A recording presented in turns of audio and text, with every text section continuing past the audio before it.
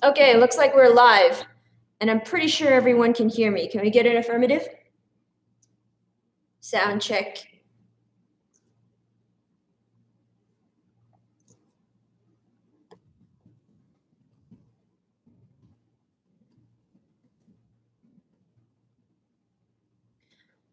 Okay, looks like everybody is up and going. All right, so if people can hear me, let's start.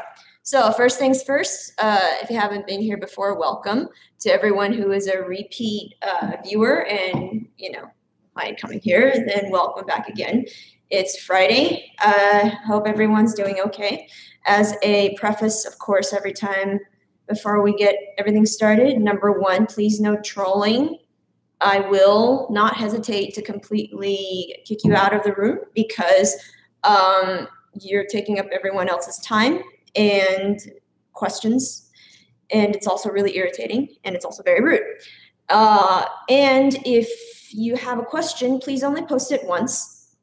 If you spam, again, it will be a big disruption to everyone else, and not to mention, it might also be less likely that I'll get to your question because it's so intrusive to everyone else's. So number three is I will not be covering firmware that has not been released yet. I will not answer any questions about release times in terms of firmware. And if you have any questions about firmware that has already been released, go ahead, feel free to ask them. Again, I know a good deal about the firmware that has already been released, but I don't know everything. So if I don't know everything, really heed my words when I say email service@hubsan.com so that we can pop a question over to R&D. Unfortunately, we can't get instant access to them because, of course, they're asleep right now. They're all the way in China. But if we have that email contact, we'll be able to have the time to do it. Okay, so today I actually wanted to speak to everyone who speaks Portuguese and Spanish. I noticed there are a lot of clients from Brazil clocking in. So I'm going to, just for everyone who understands English right now, just so that you guys don't go, what the heck is she talking about? She's speaking in Spanish. So we can't speak Portuguese over here, unfortunately. We do have 3 Spanish speakers. That includes me, Vivian, who's the other tech support rep, and our technician. So being that for now, like today, it's only me, what I'm going to do is answer all of the Portuguese clients in Spanish because according to them, it's more helpful even if it's just Spanish, not Portuguese. So if I say something in Spanish out of nowhere, know that it's an answer to Portuguese question. I'll also answer in English just for all the English speakers so that everyone can understand what I'm saying. Okay, so entonces a los hablantes de portugués y español, si ustedes no pueden hablar inglés o entender inglés, por favor, traduzcan tus preguntas a inglés y pónganos al chat. Voy a responder en español. Lo siento, no hablo portugués. Si yo podría, lo habría. Entonces, por favor, escriben sus preguntas en inglés en el chat y voy a responder. Mi español no es perfecto, entonces lo siento por la dificultad, pero ya está. Hay que ser suficiente por el momento. Okay, so to get started, let's go up to the top of the chat.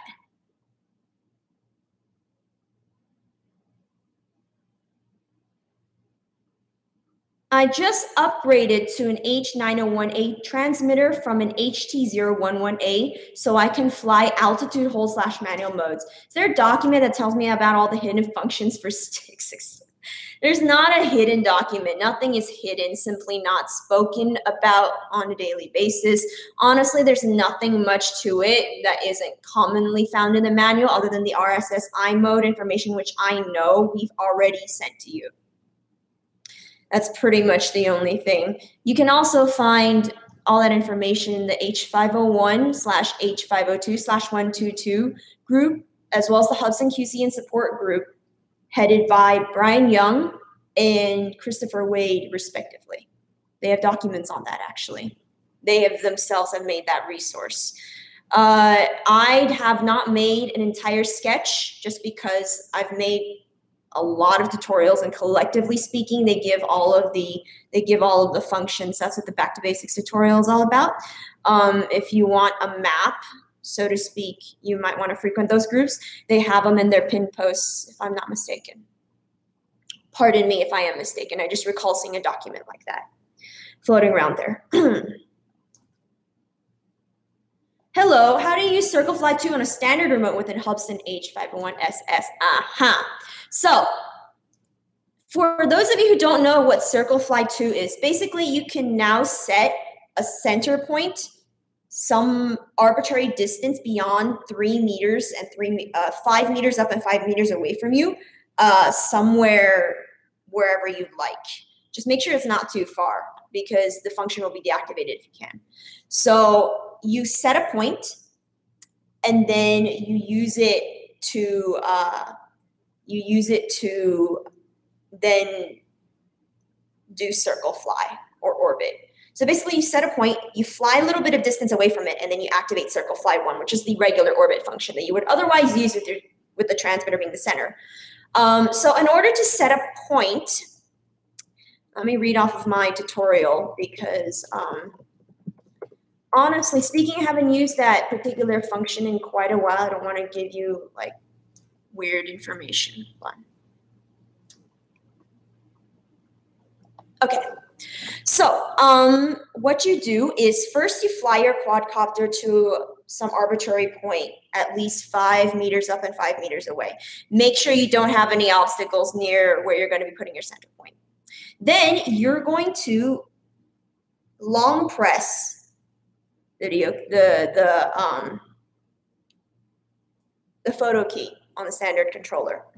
You're going to hear a beep if you did it properly, and you should see the H telemetry symbol, telemetry value just drop down to 0, not the H. Distance. And when that happens, then you can fly the aircraft out from that point. You're going to want around 5 meters, 6 meters or so at least, and then hit orbit 1, which is the video key. And then it'll start rotating around that new center point. It's pretty simple. The only thing that will mix people up is just the order of operations, and also whether or not people remember CircleFly 1's on the video key, CircleFly 2 or setting the new center point is on the photo key. Sometimes even I get that mixed up, so it's totally okay. Lots of people like to label their transmitters for that sake. I recommend that if you have trouble remembering.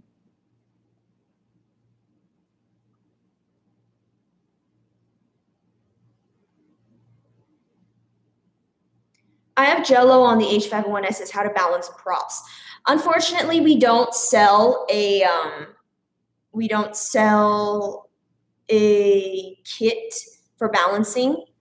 I don't know why, but a lot of people like to use things manufactured by other companies to balance their props. I've seen, it's usually like a bit of goo on the motor shaft or on the motor itself, and then the specific tool that you get the propellers on. And considering I've never done that before, I haven't really felt the need to.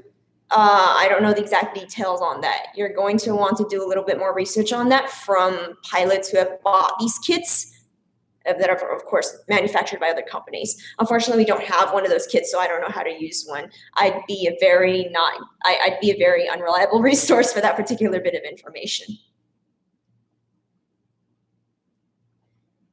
Hi, from Mexico. I bought an H501S. Is still waiting for flying. Hola, Dan. Si tienes preguntas, por favor, escríbelos en el chat en inglés y voy a responderlos. Next question. I've got an H51A and it is giving me false altitude readings. It shows 3 meters when only 0.5 meters from the ground. Tried all calibrations of the barometer, the reason. Sometimes there's going to be inaccuracies in the barometer reading. It sounds a little bit abnormal. There's usually a deviation of around 1 to 2 meters, so that's not too surprising. What I would be more concerned about is, again, if the aircraft is doing what we call yo-yoing, if it's doing this. So say you only push the throttle up just a little bit and then it shoots up. Then there'd be something wrong with the barometer. But if it's just doing this and it just reads like 3 meters and you're like, that's not 3 meters, just fly her up just a little bit. See how bad the discrepancy is. I'd say if you're flying at around 9 meters and it reads like 20 meters, I'd be like, what's going on? But otherwise, check also whether or not the altitude reading is 0 when you're first starting out. That's one of your most telltale signs. I know you say you did all of your calibrations. I know you said you did all of your calibrations, but have you done the gyro calibration? If you have, what you're going to want to do is do it again and wait for 15 to 20 seconds before taking off. See then if there's any issues. Again, telemetry, as I said last time, just like RSSI, is a guide. It is a piece of the puzzle. It's not all of the puzzle. So one of course, the main things of the puzzle is whether or not the aircraft is behaving a certain way physically. If it isn't, usually speaking, it's not too big of a problem unless, again, the values are off by more than 3 to 5 meters. Otherwise, it can vary. Sometimes it can be a little weird just because maybe the aircraft's not processing the reading properly.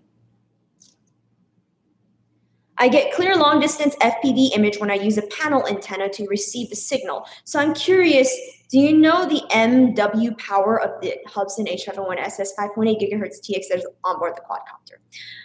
Unfortunately, I don't know it by rote memory. I do know the technician probably knows just because he uses a spectrum analyzer, and I knew once upon a time, but I don't know now. I'm not even sure if I'm allowed to give that number out. I remember covering this in a previous live stream. Honestly, just in case, I recommend going to RC groups and going to the H501S quadcopter thread and looking that up, because I know some members on there have already posted on that. And if you do a thread search, like output power, you'll be able to find it really easily.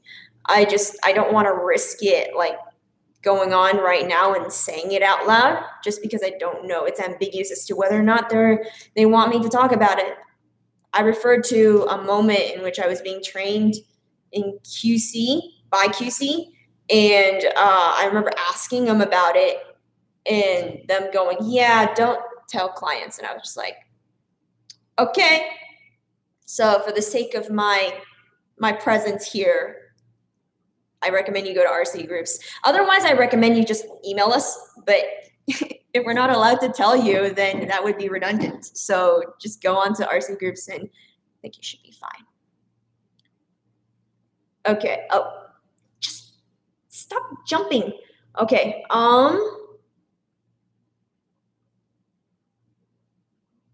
Circle fly on the H501SS with an advanced transmitters via long push on the down button. Yes, that is correct. That's circle fly 1. So what he means by advanced transmitters, the H906A transmitter. And basically what you do to do circle fly 1 is you long press the down key. If you want to do circle fly 2 and set an arbitrary point as a center, then you long press the up key. It used to be different, but now with the latest firmware, that's how it is. Also, if you don't think you're going to remember this, please go to our series Back to Basics on the official Hubsan Facebook page. Tag for the Facebook page is Hubsan001. Go there, pinned post, click see more, and you'll see all of the tutorials that I've ever written on the subject. I've written one per orbit function. Okay. What is mode 3 stick calibration?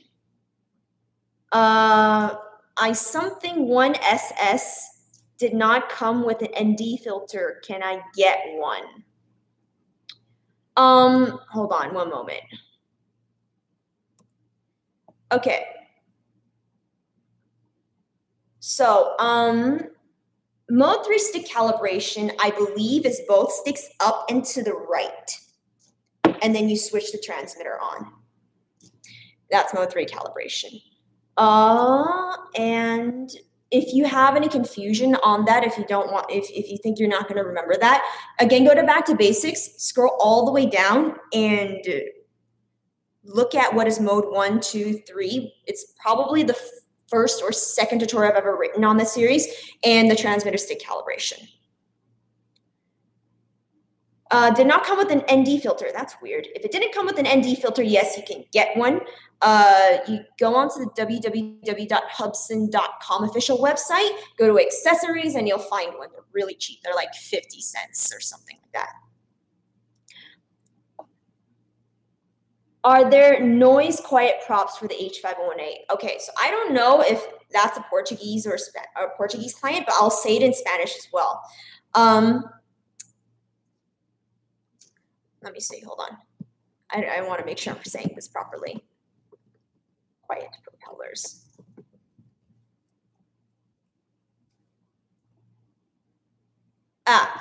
Entonces, hay hélices silenciosas para el H501A. No. Desafortunadamente no. Lo siento. My answer to this question is there noise quiet props for the H501A is unfortunately no. Not from our company. Okay.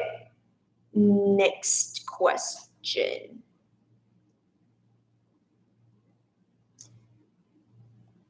Is there a way in the future to have the H501Ss use the Hubsan app? The H501A is an H501SS just with a Wi-Fi module and different firmware and different foundational software baked into the hardware. So your question is answered by the H501A. There's no need to look for the future. If you want an H501SS that can hook onto the application, buy an H501A. Un grande abrazo para... Oh, okay. He says one great big hug from Brazil for everyone. Okay, I bound my 502T to the advanced remote. How do I start/stop recording? Will I get any other features using the advanced remote like follow me or circle? Okay, so to start and stop a video recording, you use the exit key. Make sure you press it short and firm. I repeat, short and firm. Don't long hold it. Please don't do that. Don't long press it. Don't hold it. And also make sure, using our Back to Basics tutorials, that the SD card is formatted correctly. Will I get any other features using the advanced remote like follow me or circle? I don't think so. The 502T was never meant to do that, I don't think. You could try, but I honestly don't think it'll happen. Sorry to disappoint. Follow me might happen because a lot of our firmware protocols across the 502 and 501 line are very similar. I mean, why write a completely different new set of firmware for something that's already has a working foundation that is practical and already self-sufficient because it's already present in a similar product, you know? So I think you might be able to get follow me. I don't think you're gonna get orbit. Sorry. Can you go through the calibrations for the drone? I would, but it's gonna take too much time. So I can tell you this. There's the compass calibration, of course. There's the transmitter stick calibration.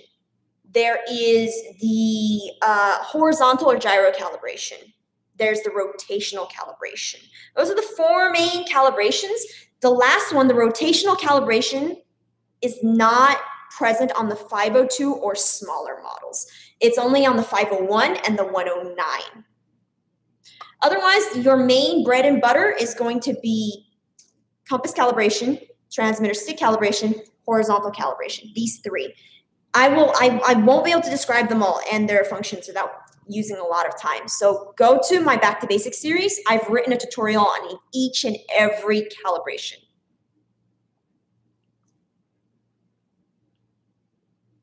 Tengo un 502E y en 2 ocasiones estando volando sin problemas aparentes de batería ni distancia, se comienza a caer sin poderlo recuperar. ¿Puedo sacar algún log de vuelo o saber el problema? Desafortunadamente no hay un log de vuelo.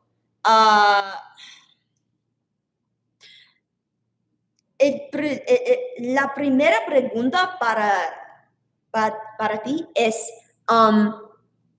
¿cuándo lo caí? Sí, cuando lo cayó,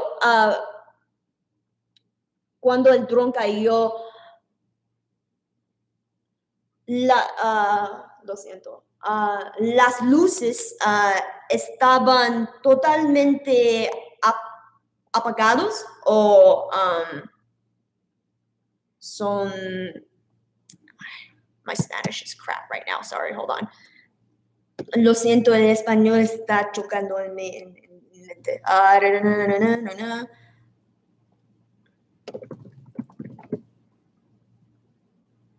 Sí. ¿Estaban apagados o encendidas las luces? Si estaban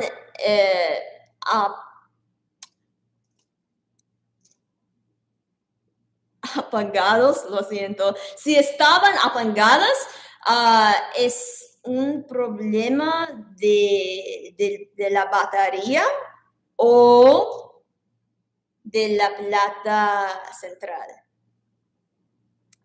Y si estaban encendidas,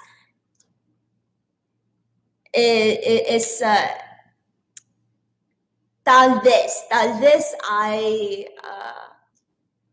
un problema de los motores o de un MOSFET, un componente de la plata central.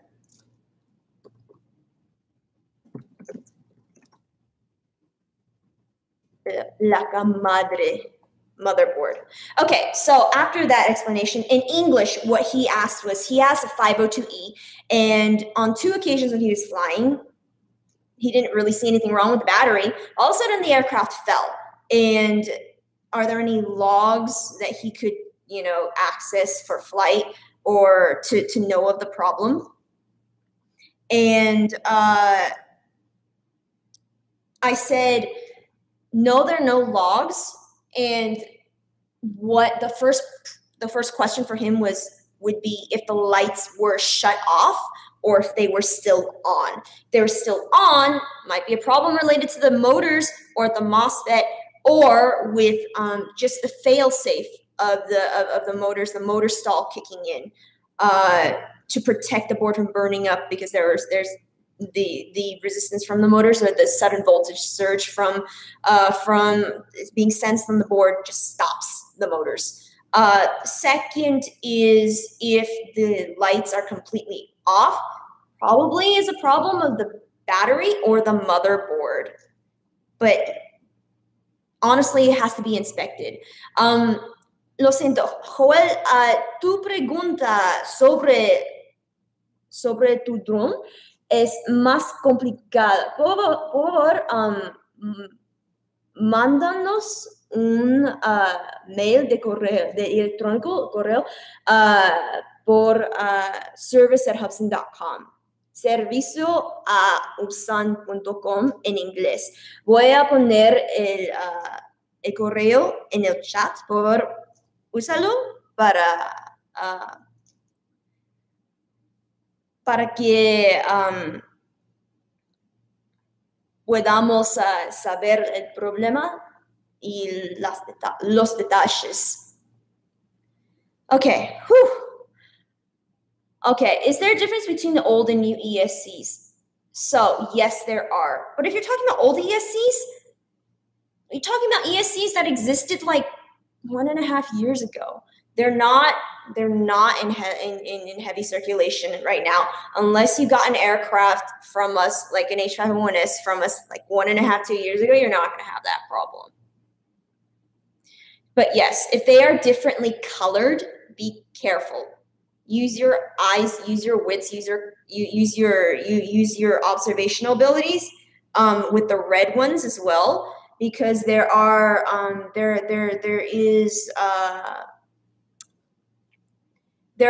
going to be slight differences between the blue and black ones that were out. Just the black ones are old, and the blue ones I remember seeing up until about 1.5 years ago. Black ones are like way 2 years ago, like when the aircraft just came out. Don't mix and match them. Take my advice, do not mix and match them.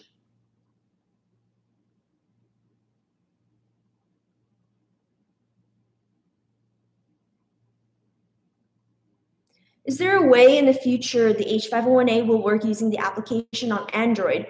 Because as it is, it won't work on most Android phones until Hubsan finally replies to emails. When you're talking about Android, you're really opening up a can of worms. There's a reason we suggest you use Samsung products. Maybe you might. There's only so many products we can test with Android. I will repeat myself. There's only so many products because every single one of them is different. They're like PCs. You can make changes on a PC and have the compatibility that was originally available with the base system completely changed up. So as much as I would love to say yes, we're going to test with every single Android device that as it is possible. Honestly, we're not going to have the resources and time to do that. We already tested with as many phones as we can. Samsung, Huawei, Geely, and Xiaomi, and I've heard ZTE, amongst others. We've already tested with a lot of them. You have to test for every single phone with a potentially different operating system from Android. Completely unrealistic. The best we can do is to test and to make it compatible for a good number of phones that are most well known in the world, which of course includes the brands that I just mentioned. By the way, when you think of these questions, make sure you also do a little reading up on these sorts of systems regarding Android. You're going to find your answer much quicker than waiting for someone else to explain it to you that way. Android it's a mess. Android is a mess. Not all of it is really the fault of the person or the people who created the concept of Android. It's because of the fact that it's a more open system. iOS is easier to deal with because it's a closed system. Android, like you can make changes anywhere. That's also one of the reasons we don't encourage modifications. Makes things a lot more complicated.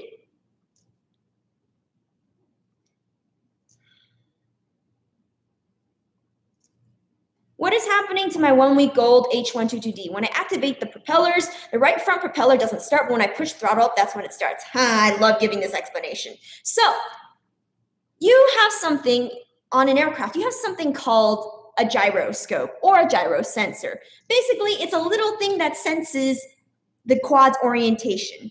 It uses a standard. Basically, it first measures the surface it is on while it is checking its sensor when you power it up to say, oh, this is what a flat and level surface is. And it will only do this if the aircraft is not moving. Unfortunately, like with most things in this world, it's not perfect.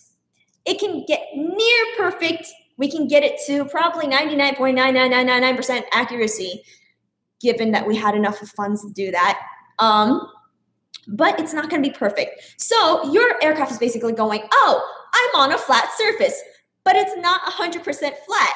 So it's going to think, so to adjust for this, what do? I start up all my other propellers, and then this one, I don't start up until you really push it for me. That's what's happening. It's nothing really wrong with it. It's just the nature of this not being an ideal world.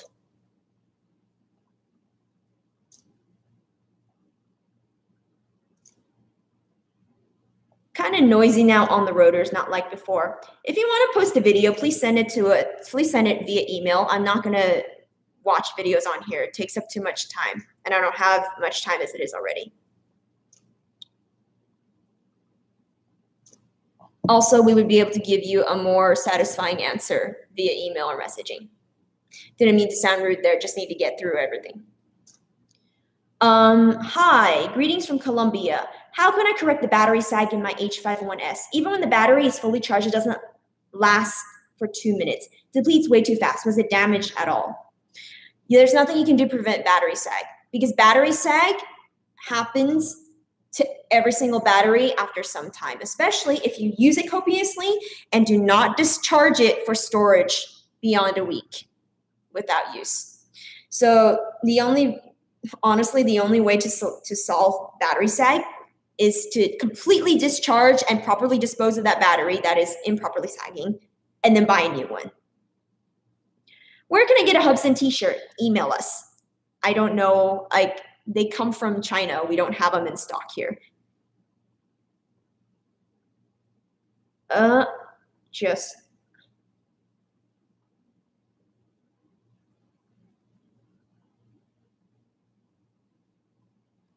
Can the Hubsan H122D do 360 flips? I don't think so. PID settings on that little guy aren't very optimized for it. And I mean, they should be technically possible, but I don't recommend it. Okay. Yes, hello, DZ, and hello, Hubsan QC and support. Thank you for being on. Now I have to move on before I run out of time because I only have 5 minutes left. Okay.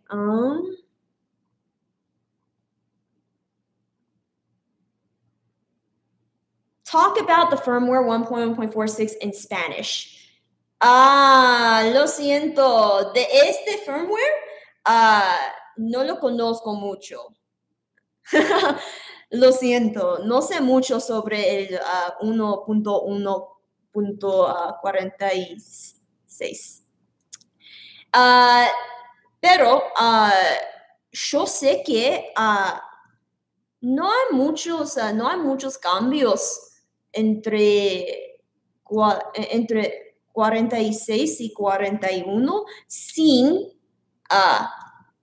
el... Lo siento. Un momentito, por favor. Sin que los ingenieros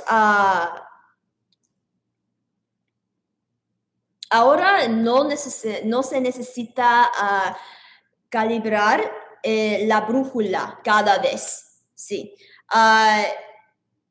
La primera vez si la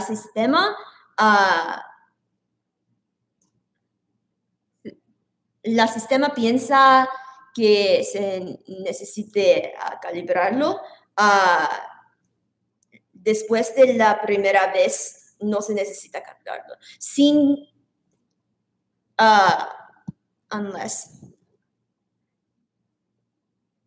A menos que estás en una ubicación que tiene más declinación que la área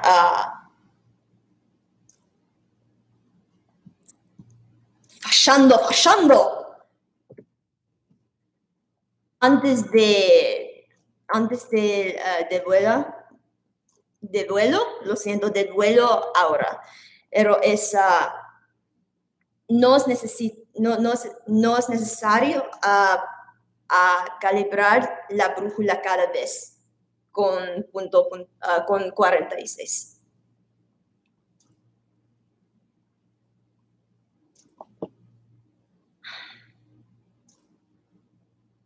Okay, man. 2 last questions. Is the 107C compatible with the FPV camera module from the 107D? No. No. Unfortunately not. There's a long explanation for that. I won't get into it because there's not enough time.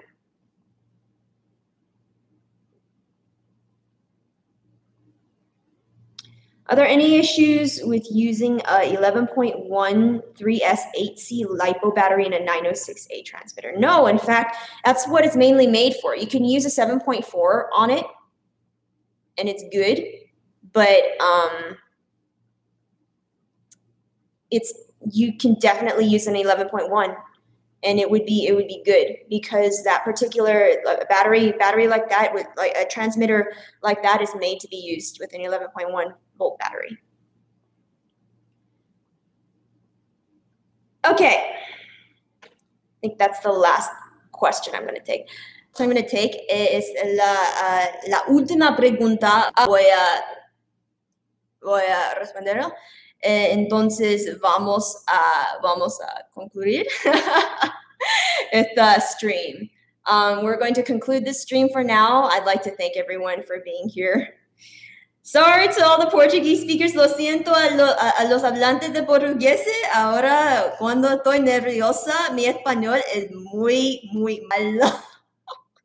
It's terrible. So yeah, it's terrible. So I again, thank you to everyone for being here. And don't worry if you're watching this after the fact, if you're watching this as a recording. Go ahead and be aware that we do have 4 more live streams scheduled. So you have plenty of opportunities to grab a time slot and come in and ask questions. I believe the next one is going to be next Wednesday at 1:30 p.m.